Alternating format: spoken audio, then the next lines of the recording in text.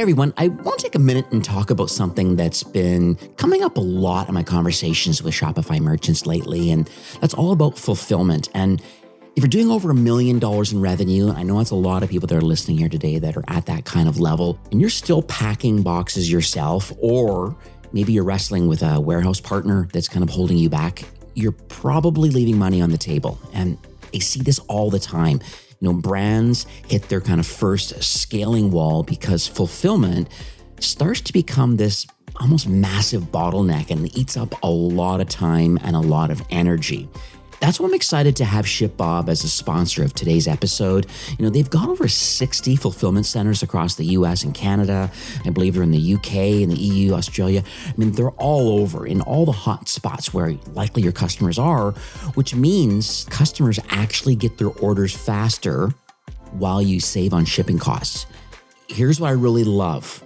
Many brands, like one particular, like Bloom Nutrition, for example, doing hundreds of millions of dollars in revenue and literally only have a team of 2 people that are handling operations. And all of that is because ShipBob is taking care of everything from the post-purchase experience. And with all the recent kind of tariff changes that we've been talking about, they've got this foreign trade zone warehouses that you can actually help you defer these duties until you actually ship the product. So that's a huge cash flow benefit. And so if you're ready to, I'd say, get your time back and maybe scale without the operational headaches, then you should head over to shipbob.com. You can mention e-commerce Fastlane. They'll give you like a free analysis. They're going to show you exactly how much you could save while delivering your products faster. So trust me, it's worth the conversation. Head on over to shipbob.com. And now, let's get on to today's episode.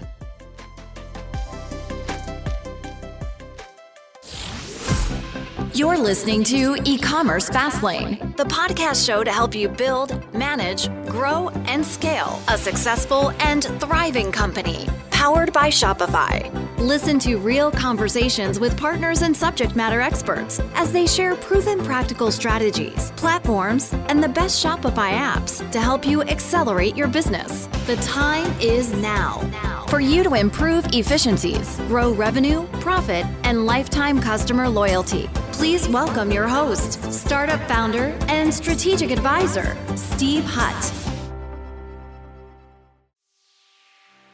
Well, welcome back to E-commerce Fastlane. I am your host, Steve Hutt. Now, today I want to talk about something that I guarantee is keeping you up at night, and I think it's building this kind of real lasting relationships with your customers, when everything seems to be kind of working against you, so to speak, like there's these rising ad costs are going through the roof. Customers kind of have endless options out there. And honestly, I think it's getting harder right now to cut through the noise. It's going to get even worse as we kind of roll into Q4. We talk about, Black Friday and just kind of the holiday season.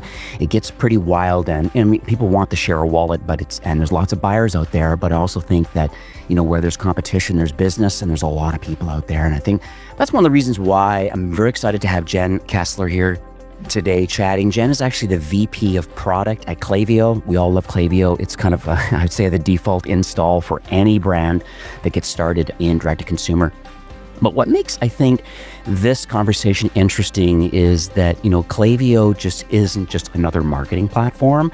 They call themselves, it's a CRM that is now specifically built for consumer brands. And I think Jen brings like an incredible amount of background. I did a little tiny bit of research before recording today, and kind of this API first innovation is happening. Think about brands she used to work with like Twilio and Segment, and she's now really leading Klaviyo now.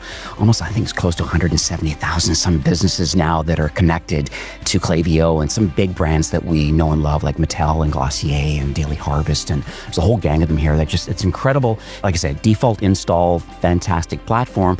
But what really caught my attention about today's recording is that like Jen and her team are really talking about this concept that's called triple threat. And there's a couple things that I want to kind of dig into today, hopefully, is like these rising customer acquisitions, a little bit of this declining ad performance that's happening right now. And then the elephant in the room is just kind of this fragmented data. I guarantee that sounds familiar for a lot of people. So what's exciting today is that they have launched some pretty interesting innovations around what they call the Klaviyo Omniverse. And there's another little concept here about there's Channel Affinity AI. So I'm really excited to dig into all of these things that Klaviyo's been building. So hi, Jen. Welcome to E-commerce Fastlane. Hi there, Steve. Thanks for having me. I'm so excited to be here. My pleasure. And thank you for hustling and making all this work today. I know we kind of prepped a few questions, but hopefully we can go in serendipitously off on some channels here. But I'm just curious a bit about something that I honestly keep hearing from merchants, and it feels like maybe the old playbook for this omni-channel marketing really isn't working anymore. And like, what's really driving this shift right now with so many Shopify brands? They're kind of almost telling me that their marketing stack feels a little bit disconnected or almost fragmented. Yeah, it's a great question. And one of the things I like to bring it back to is the experience of the consumer. So forget about what brands are thinking. Let's think about how the consumer feels. And the consumer is really feeling this disconnected and fragmented experience. Consumer shopping behavior is more complex than ever, but consumers, they're not shopping in a straight line. They're jumping between email, WhatsApp, SMS, push notifications, social, in-store, often on the same day. So it's really the consumers who are feeling this disconnected experience of being contacted at all different channels, often in a pretty uncoordinated way. And our data from Klaviyo's 2025 online shopping report really has some great pieces of data that I want to pull forth. So, 54% of consumers ignore brand messages in at least one channel. So they're waiting for better offers elsewhere. And 77% of consumers shop across 3 or more channels, and they expect brands to deliver a connected, personalized experience across all of them. So when that doesn't happen, they get disappointed. Now, consumers themselves are switching channels based on the time of day, with email and SMS preferred most in the morning, and apps or social in the evening.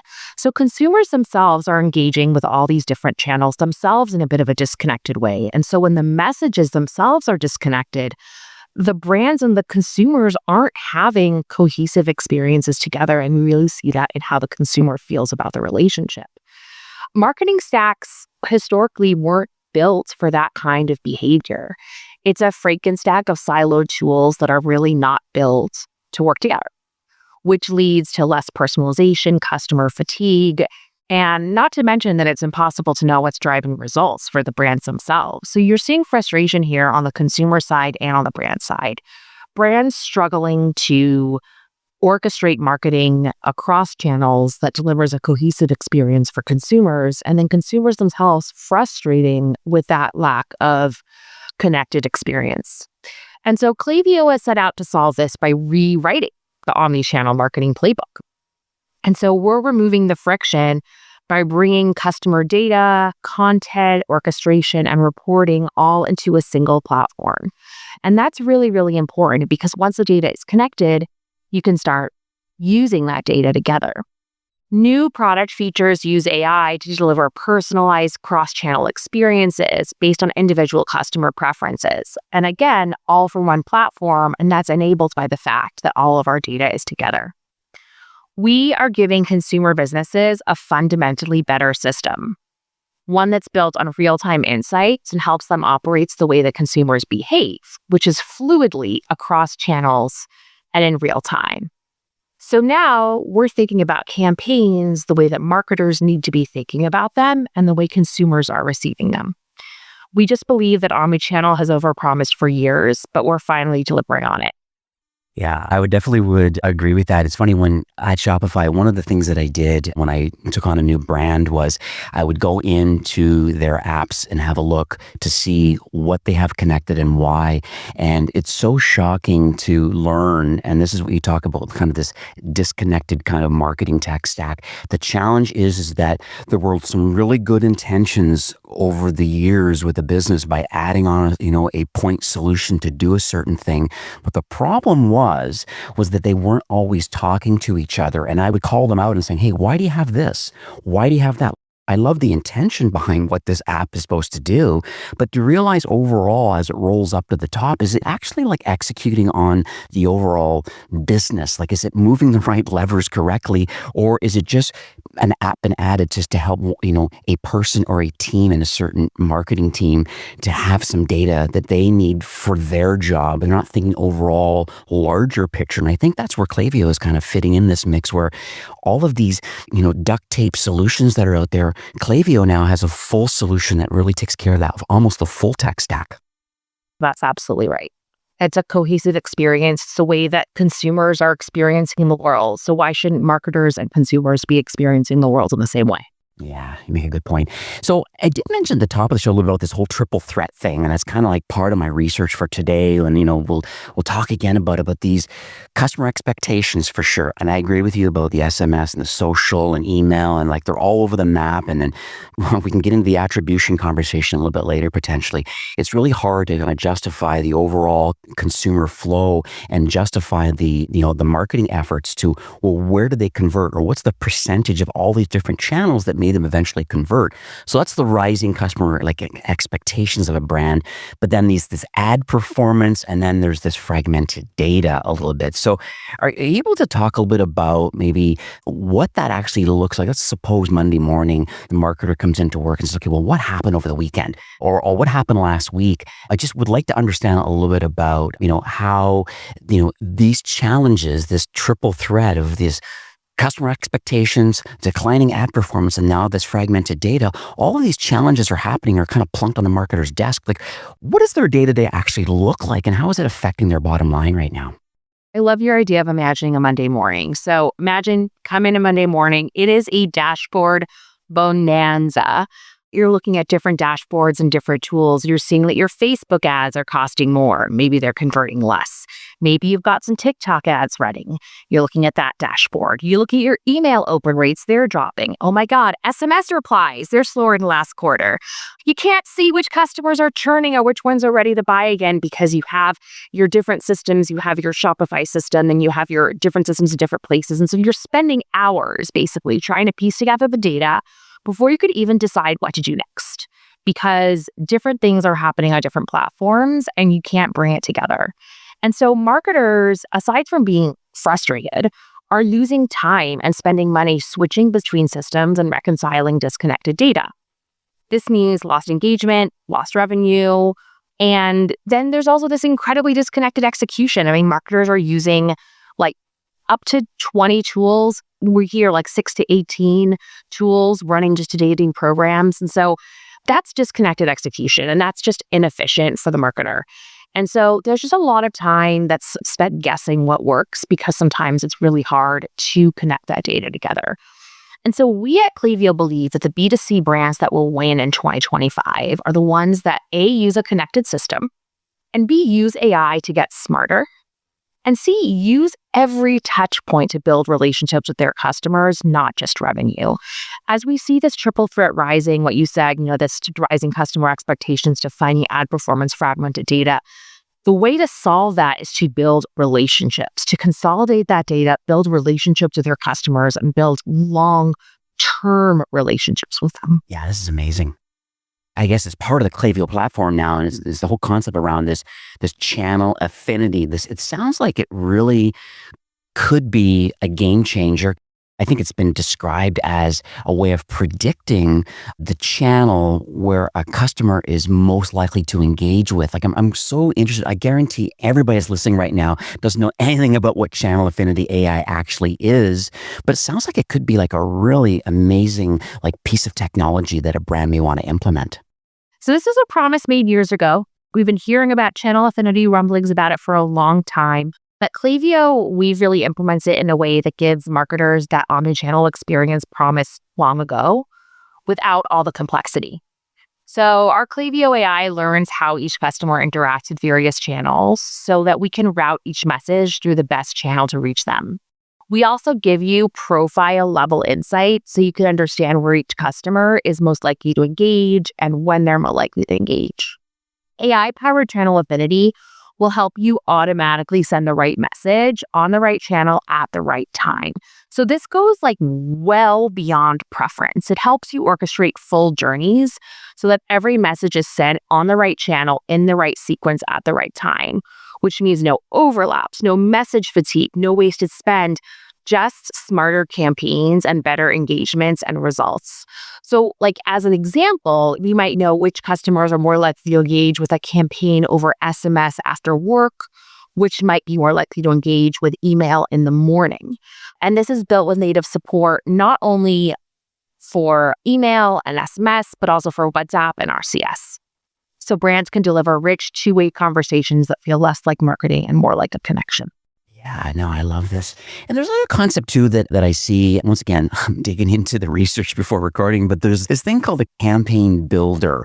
And I've seen there's a lot of real results that are coming out of this campaign builder. And I think there's a lot of like AI intelligence that's kind of built into all of this. Can you talk a bit about like what exactly is this campaign builder? What is it all about? And can you talk a little about like maybe some of the steps and just how it all works? It's just so interesting to me. We are so excited about the omnichannel campaign builder because with it, marketers can now plan, launch, and measure multi-message campaigns across channels from a single canvas. So it's no longer one message on one channel. Marketers no longer have to switch tools and duplicate work. They only need to navigate a single coordinated journey that's powered by real-time data and guided by AI. So it's just an absolutely perfect reflection of the way marketers think about marketing across time and across channels, as opposed to within a single channel and one marketing message at a time. Here's what makes it powerful. You can design a single campaign that targets different audiences with tailored message sequences across email, SMS, push, WhatsApp, and more. Each audience gets a coordinated experience, so it's not just a one-size-fits-all blast. Now, this is my favorite part. One canvas gives you a clear view of your entire campaign, who you're talking to, when your messages are being sent, and through which channels. There's no more toggling between tools or tabs to really get a picture of the messages your customers are going to be receiving. And then from the canvas, you can see top-line revenue, individual channel performance, and message-level insights without waiting on a post-mortem report that would cause you to have to bring everything together. And then AI-optimized routing is built in, which means that every message can adapt based on that customer engagement. So if someone skips your email, follow up with an SMS or a push automatically using AI.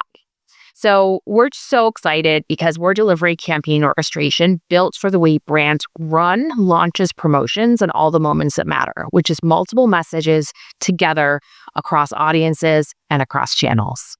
Yeah, it's amazing.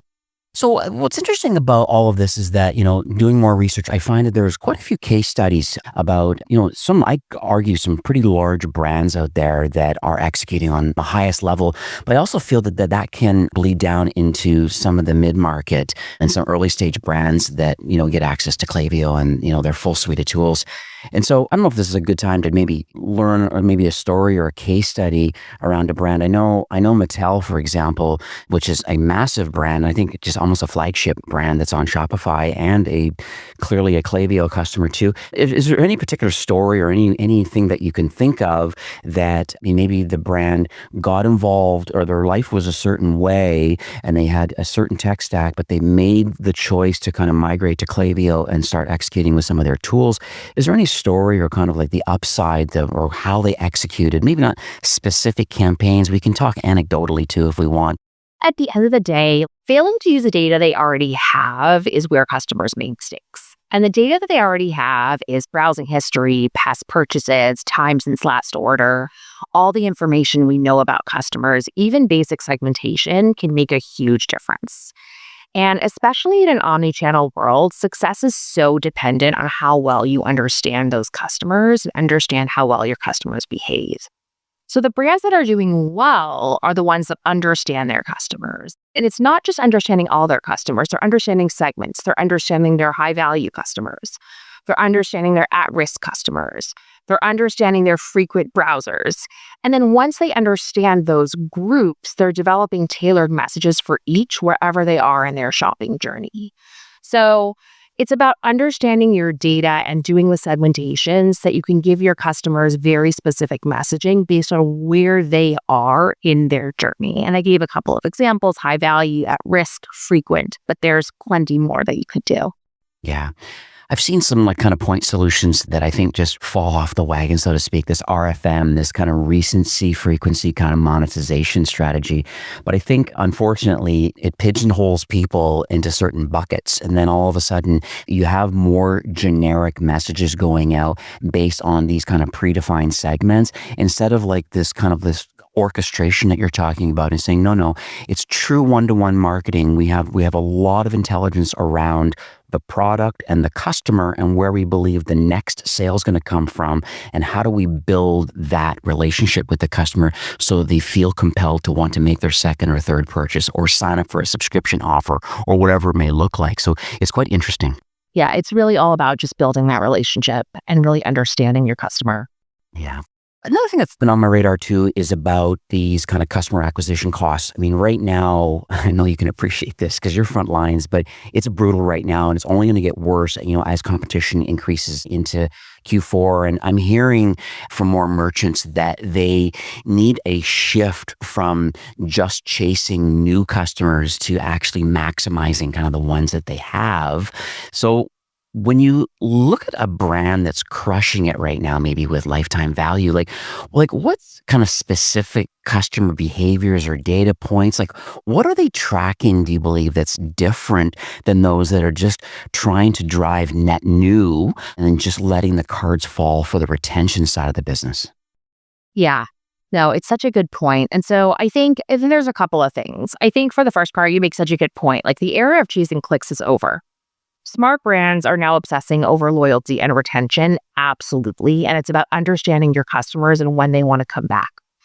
We've seen a lot of brands pour a lot of money into acquiring new customers, but 73% of marketers are reporting rising CACs, rising cost of customer acquisition, according to Klaviyo's State of B2C.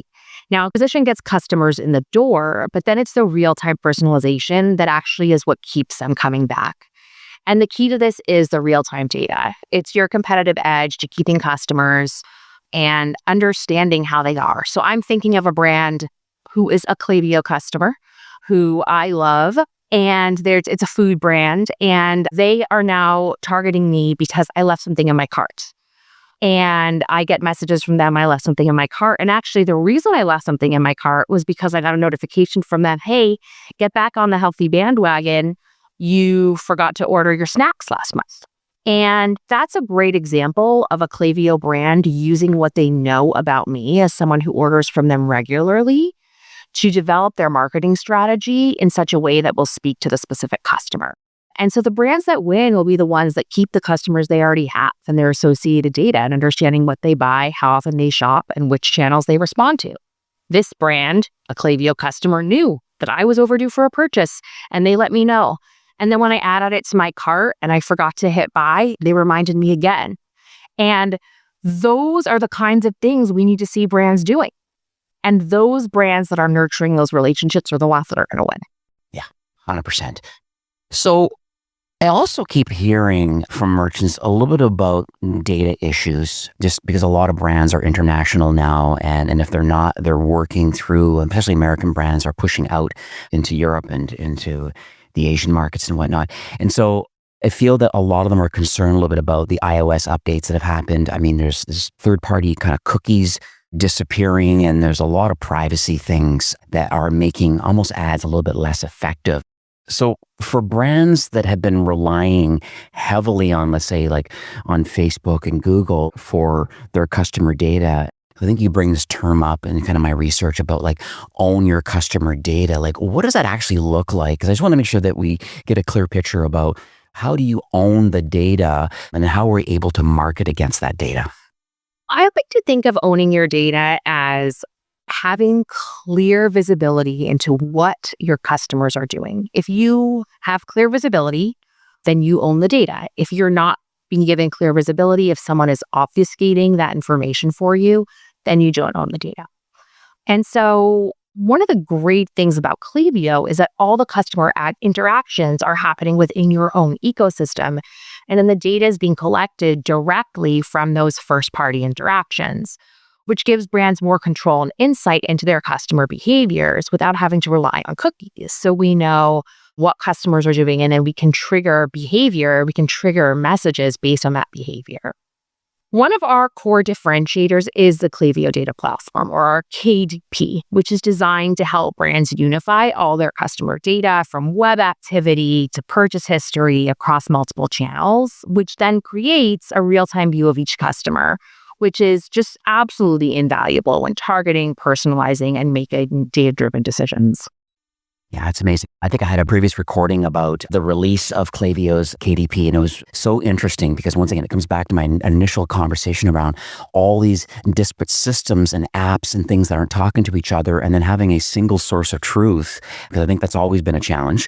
And, Klaviyo has solved that with their KDP, and then now this blends into the overall concept of Klaviyo's kind of omniverse and how this Channel Affinity AI is all orchestrating and working cross-channel. So it's pretty impressive kind of what you guys are working on and continue to iterate on.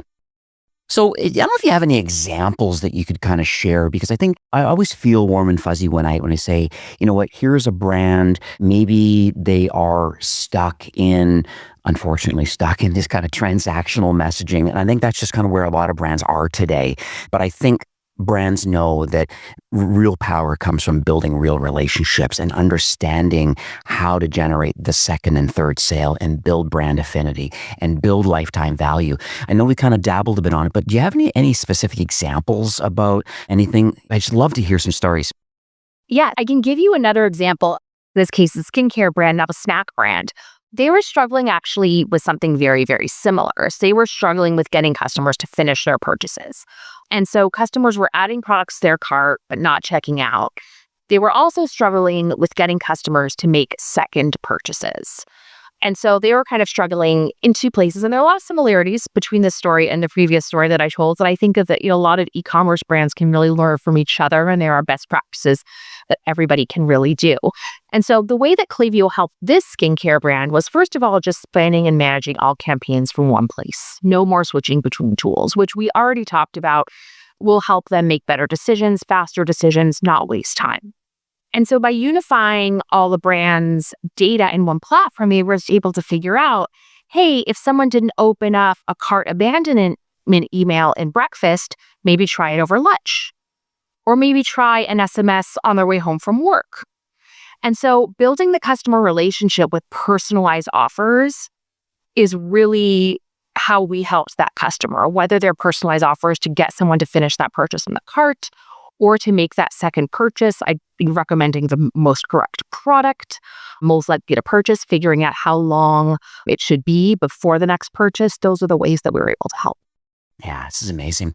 So what about merchants that are maybe currently, because it's kind of a secondary question here, but there's merchants that are likely using either basic email tools or they're using Shopify's kind of built-in features. What do you believe is kind of the smart way to evolve? Clearly, this relationship building approach makes the most sense than a very transactional approach. But where should a brand start without breaking what's kind of already working for them? The first thing that a brand can do is just bring everything to one platform. Don't make changes to your flows. Don't make changes to your campaigns. Don't make changes yet. Just bring everything into one platform and bring the data into one place and start to learn. Start to understand, hey, this is how this person is behaving across these different channels. This is how SMS messages are behaving relative to email messages across the same segments, and really just bring it into the same platform so you could actually understand the data. I'd say that's step one. Step two would then be to layer in segmentation. So once you have all that data together, how can you better segment your customers based on the information that you know from multiple channels? And then finally, you could think about adding in and changing up your flows, adding in predictive analytics, bringing in full omnichannel orchestration. But I would only do that once you bring everything into the same platform and you have a complete understanding of your picture. So it sounds like some of the core, when I think about it then, so some of the core capabilities of Klaviyo, as it sits today, is a couple things. I see data unification as being like a number one thing, pulling all the customer data, all these integrations kind of in the unified area. So that's number one. I also see things like real-time segmentation as an option. So like, using like historical data to be able to make some decisions about, the customer. And then that would kind of roll into my next thing here, which is this predictive analytics part, like try to understand the lifetime value and churn risk and average time between orders, these sort of things. That's a very interesting part of it. And then I guess the last part that I think is on a lot of people's mind right now is this kind of like identity resolution thing. Like it seems that Klaviyo completely understands the known and the unknown site visitor, and it can actually assist with these almost like customer profile handling and then having all of this data to create more of a kind of a 360-degree view of the customer, I think. Am I right to assume that these are kind of some of the core capabilities? Absolutely. And in terms of the identity resolution, we continue to do more and more work around that to help our customers resolve identities in the way that makes sense, because it's a highly complex space. And we want to make sure that we do it in a way that makes sense, where messages are actually landing in the right inboxes at the right times and the right people are receiving it and things are not getting missed. Yeah, 100%. I guess been having a lot of messages about lately, and you can see it on LinkedIn. There's a lot of conversation right now about, I don't want to say end of summer, but it seems like the kids are going back to school soon. And it's just crazy because as soon as that happens, the conference circuit kind of turns on. And then all of a sudden now people are starting to think about what are we doing for Q4? And I think that's a really critical time for Shopify merchants. Brands really want to use this kind of holiday surge, not necessarily just for like short-term sales, but they actually want to build stronger relationships, and they want to make sure that what they're doing for Q4 keeps paying off even after the holidays. And so is there anything from your perspective, knowing the platform and the tools that are currently at disposal right now for Klaviyo customers? I know we're recording in August, but let's call it September. What should a brand do right now to make sure that Black Friday, all that traffic actually turns into like lasting customer relationships? Well, first of all, it's not early. 20% of consumers make their first holiday purchase between June and August. So it's happening. We are in there. And this year, more than half consumers are planning to use AI to compare prices, search for products, and get personalized recommendations. So it's starting and it's coming in hot this year. And so brands can do a few things. I think the first most important thing that brands need to do as they think about their holiday marketing strategy is that these are not one-time relationships. We talked about everything earlier around the increasing cost of customer acquisition. And brands need to think about the holiday time as a special time when their holiday acquisition funnel is expanded, because people aren't just shopping for stuff for themselves. They're shopping for stuff for other people too. And so it is an opportunity to get to know new people and to get them into your funnel, to introduce them to your brand and teach them about it and get them understanding about it in a way that gets them to stay loyal to your brand for years. And so brands need to really think about the consumers that are coming to them during the holiday period as gift givers, potentially being a different category that might come in different parts of the year, because in other parts of the year, people are mostly buying for themselves. And this is a real opportunity to build new relationships and acquire new customers in a world where customer acquisition costs are absolutely just increasing. Wow. So don't treat it like a one-time relationship. It's a gift. Yeah, no, this is amazing. So for those that are listening, let's suppose there's a couple different camps here right now. There are some people that are listening right now that are currently Klaviyo customers, but maybe they haven't chosen some of the other tools and products that are available from within the platform. So let's talk about those people first. Maybe they're truly are just using it to build their email list, and they have a few flows set up for cart abandonment and welcome sequences and a few other interesting flows that they have made or the Klaviyo has offered them. And then they obviously are dabbling in SMS right now. What do you say to those people that are already current Klaviyo customers, but using kind of maybe some of the basic core features? What's the next step for them to kind of activate some of these more advanced features?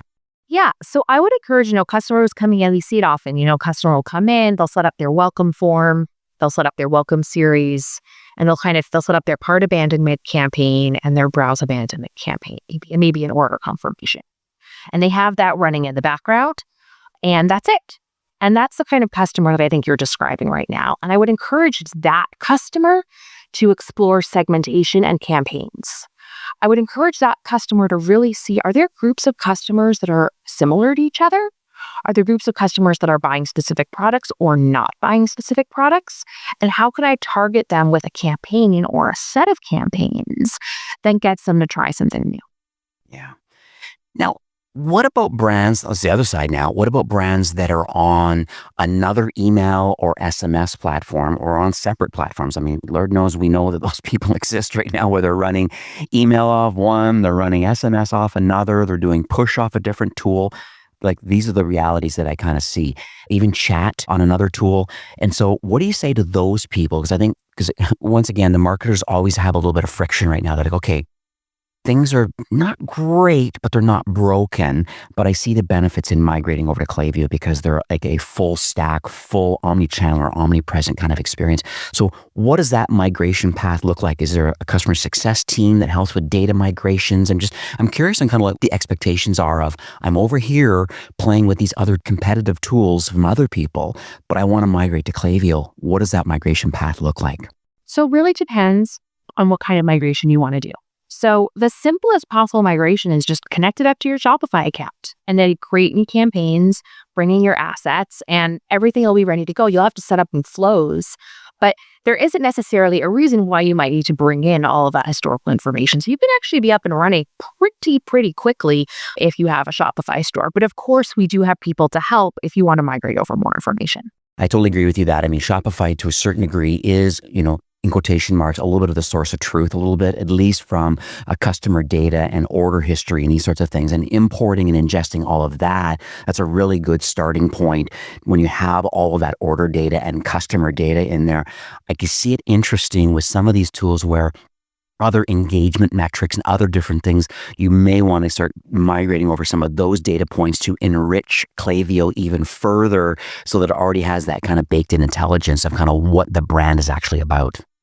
And for those customers who aren't able to migrate before BFCN and they, aren't able to migrate to Klaviyo right away, but they still want to have a cohesive marketing strategy, that's okay. Just make a cohesive plan right now.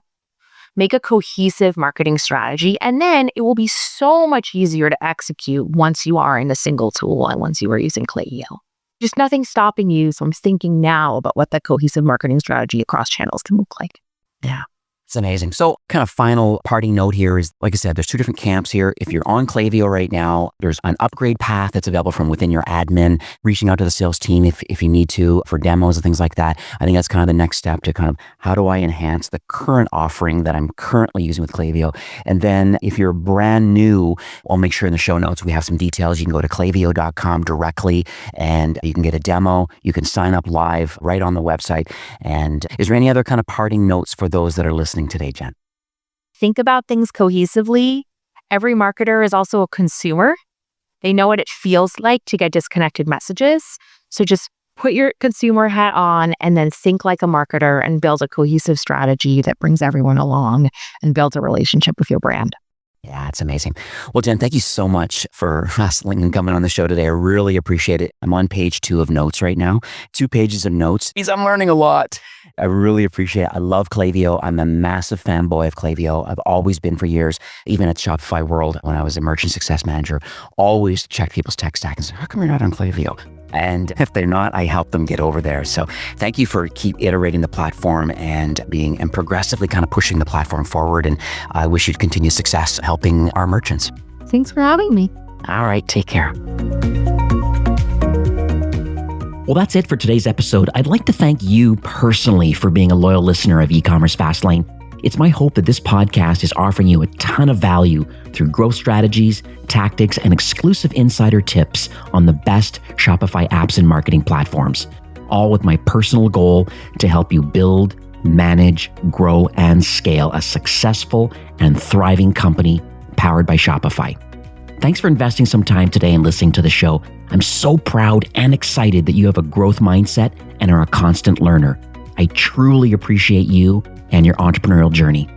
Enjoy the rest of the week and keep thriving with Shopify.